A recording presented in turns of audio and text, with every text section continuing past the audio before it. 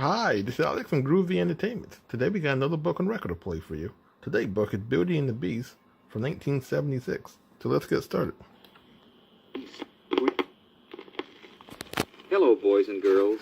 I'm your Peter Pan storyteller, and I'm going to tell you a story about a beautiful girl and a very strange beast.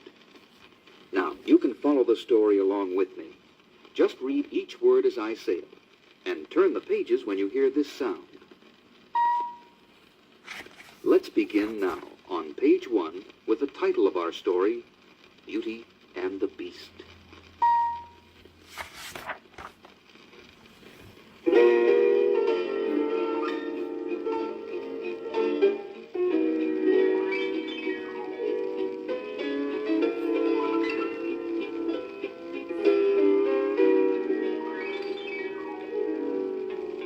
There was once a very rich merchant who had 6 children, 3 boys and 3 girls. The 3 girls were all very lovely, particularly the youngest, who was so very beautiful. Everyone called her Beauty. Beauty was also a sweet, even-tempered young lady. But her 2 sisters were so selfish, vain, and ill-tempered that even their father found it difficult not to dislike them. Because they were very rich as well as beautiful, many young merchants hoped to marry the 3 girls. The 2 eldest sisters always said no, they wouldn't think of marrying anyone below a duke or an earl at least. But Beauty always thanked them politely for the honor and told them, I'm much too young to marry. Besides, I would like to spend a few more years at home with my dear father. One day, by some unlucky accident, the merchant lost all his fortune. He sadly summoned all his children and told them of his misfortune. My children, we must give up this grand house and find a tiny cottage somewhere. All of us will have to work now that my fortune is gone. Work? What do we know of work? We will do nothing of the sort. There are many young merchants who wish to marry us. We'll accept the best offer and stay right here. Shame on you, too. Do you think Father planned it this way? A year passed. Then one day the merchant received a letter informing him that one of his richest ships, which he thought was lost, had just come into port. When he told his children the news, they were all delighted. I must go to the city tomorrow and find out just how much treasure my ship has brought. Now, what shall I bring back for you, my daughters? Dresses, gowns, hats, jewelry, silks, shoes, and perfumes. What about you, dear Beauty? Isn't there something you would like? You're so kind, Father. There's nothing I really need. But if you could bring me back a rose, a red one, I should be most grateful. The merchant kissed all his children goodbye and set out on his journey.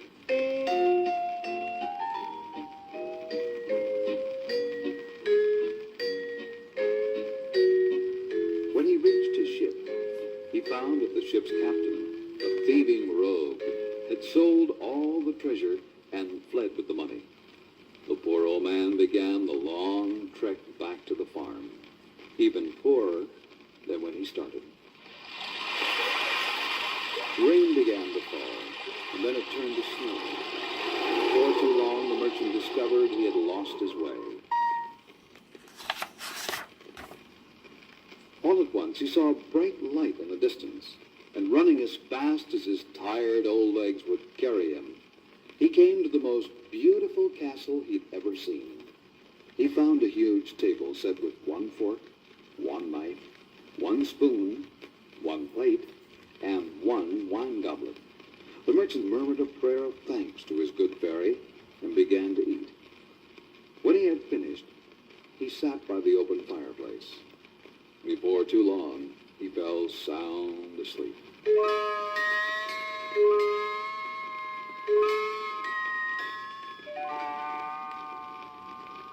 Next morning, he awoke to find himself in the courtyard of the castle.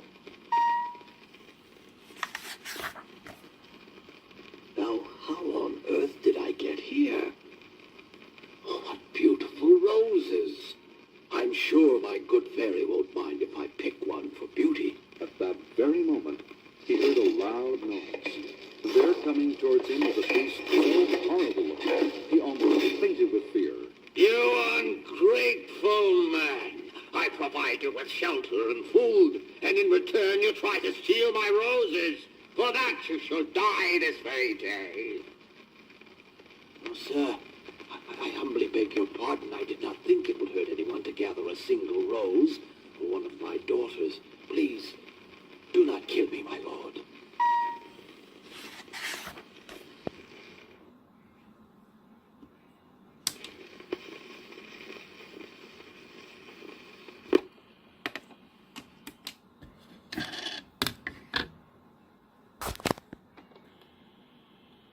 I am not a lord, I am a beast, and false compliments will avail you not. However, there is a way you can save yourself. Go home, and if one of your daughters is willing to die in your place, you don't have to return. But if not, give me your promise that in 10 days you will come back. So he gave his promise. Good. You may leave whenever you like, and just so you don't return home empty-handed, take this chest of gold back with you, and, oh yes, take whatever roses you like. The old man took the chest and one red rose and left the palace. Late next day, he arrived home. After showing his children the gold and giving Beauty her rose, he told them of his amazing adventure. I shall spend a few days with you, and then I must return. Oh, no, Father, that you will not do. I shall return in your stead. On the 9th day, she made ready to go to the palace of the beast. When she arrived at the palace, the beast was waiting. Though she was terrified at the sight of him, she tried not to show her fear. What is your name? Beauty, sir. I mean, You can say it, beast. That is what I want to be called. Did you come of your own accord? yes. Then you're a very brave and good girl. And I am most obliged to you. In the weeks that followed, Beauty found that the beast had no intention of killing her at all. On the contrary, he gave her everything a young lady could wish for. Every night he would sit by the fire and have Beauty play for him. Are you still afraid of me? No, beast. Not at all. Do you think me very ugly? I cannot tell a falsehood. Yes, you are very ugly. But I also know you are very kind and good. Tell me now, dear Beauty. Will you marry me? Again, I cannot tell you a lie. I love your gentle and kind heart. But I cannot marry you. For 6 months, Beauty lived happily in the palace of the beast. One night after supper, she began to cry. What is wrong? Have I said something to offend you? Oh, no, dear beast. It's just that I miss my family so. I think my heart shall break. I would rather break mine. You can return to your home tomorrow, and I will stay here and die. Oh, no, kind beast. I like you too well to be the cause of your death. I promise I will return to you in a week. The beast gave her a golden ring and said, You shall find yourself at your home tomorrow morning, but mind you, don't forget your promise. At the end of a week, you have but to rub this ring 3 times, and you shall be returned here. When she awoke, she found herself at her father's house. What a happy reunion she and her father had. On the 12th night, she dreamed she was in the garden of the palace, and that her beast lay dying because she had broken her promise. She awoke in a great fright. Oh, how wicked I am to behave so selfishly to one who has been so kind. I could never forgive myself if he should die because of me.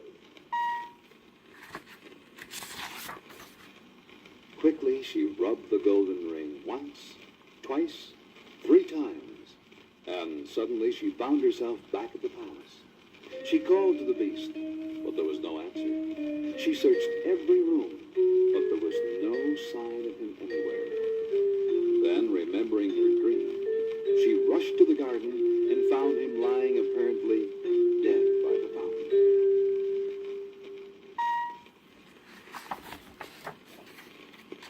Oh, my poor darling beast. Don't die. Please don't die. I thought it was only pity I felt for you. But I know now it was really love. The moment Beauty spoke these words, the palace suddenly lit up, and bells began ringing everywhere in the kingdom. But Beauty didn't hear them. She was crying so. When she looked up, the beast was gone. In his place stood a tall, handsome young prince. Thank you, my darling Beauty, for freeing me from the accursed spell. But where is my poor beast? I want only him, no one else. I am he. A wicked witch changed me into a beast and forbade me to tell anyone till a beautiful maid consented to marry me. You alone, dear Beauty, judged me not by my looks or my talents, but by my heart alone. Take it then, and all that I possess. It shall be yours forever. The prince and Beauty were married and lived happily ever after.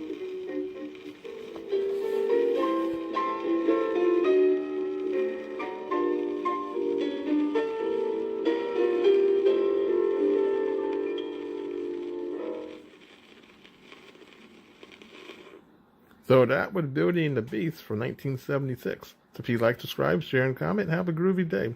And our next book will be Thumbelina, the Disney version.